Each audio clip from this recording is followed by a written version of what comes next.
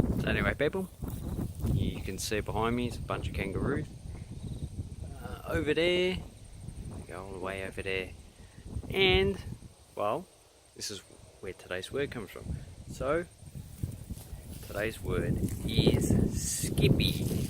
Skippy the bush kangaroo. Skippy was a TV show, and it was a TV show in the 60s.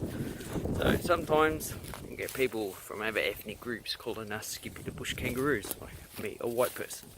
Because everyone in that TV show was pretty much white, probably some Aboriginal trackers. Look at them. They're just staring at me.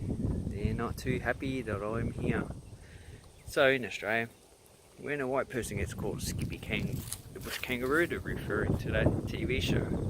It's supposed to be derogatory, but I don't mind. There's more over there. Over that way. Skippy, Skippy, Skippy, the bush kangaroo having a poo. Yeah, there's lots of kangaroo shit here, as you can see. So Skippy the bush kangaroo is what we are designated. And if you feel like punching a person, just tell them to fuck off.